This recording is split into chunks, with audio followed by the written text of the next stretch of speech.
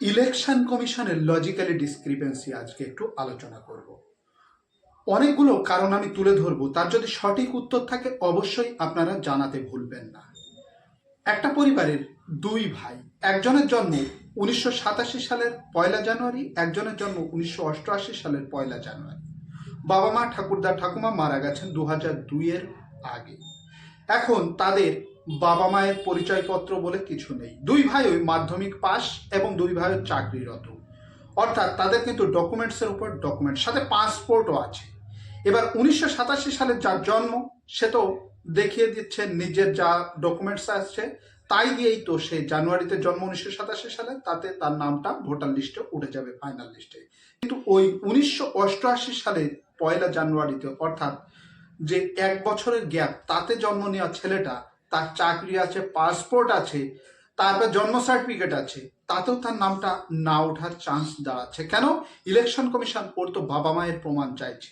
আবার একটা ছেলে এমন আছে 2004 সালের পরে জন্ম, সাথে 21 বছরেই সে একটা সার্ভিস জোগাড় করে ফেলেছে, গভর্নমেন্ট সার্ভিস। ওর কি হচ্ছে, বাবার পরিচয় আছে, বাবার যে 2002-এর ভোটার লিস্ট সেই লিস্টে নাম আছে, দিয়েছে। কিন্তু মায়ের দেখা যাচ্ছে সেই সময় 2002-এর লিস্টে নাম ছিল না। এখন ওর যে মায়ের মা বাবা, তারা 2002-এর আগে মারা গেছে। এই ভোটারের নামটা কি সেই সন্দেহর তালিকাতেই থেকে যাচ্ছে না? তার নামটাও কি উঠবে? আবার দেখা গেল 1995 সালে অনেকেই ভোট দিয়েছেন, 2002-এর লিস্টে কোনো কারণবশত তার নাম আসেনি। এখন কথা হচ্ছে তারও কি সেই জন্ম সার্টিফিকেট, পাসপোর্ট বা অন্য যে সমস্ত 11টা ডকুমেন্টস, তার ভিতর থেকে ডকুমেন্টস দেখিয়ে নামটা তুলতে হবে? আবার আরেকটা লজিক্যালি ডিসক্রিপেন্সি, যেখানে বলা হচ্ছে 6 জন প্রজেনিং দেখিয়েছে।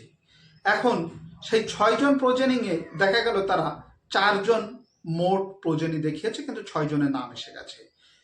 এখন কথা হচ্ছে তাদের ওই যে 4 জনের প্রমাণ তারা দিয়েছে, সাথে কি বাবারও ওই 11টা ডকুমেন্টস দিয়ে তারপর ছেলে মেয়েদের নামটা উঠবে? এখানে কিন্তু বড় প্রশ্ন দাঁড়িয়ে যাচ্ছে।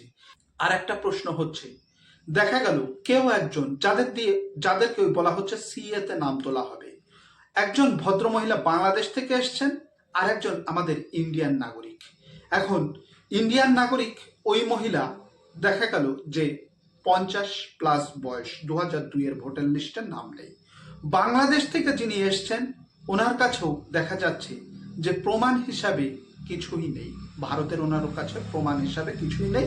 যা প্রমাণ আছে ওই যে আধার কার্ড, ভোটার কার্ড আর রেশন কার্ড, তার বাইরে অন্য কোনো প্যান কার্ডও আছে।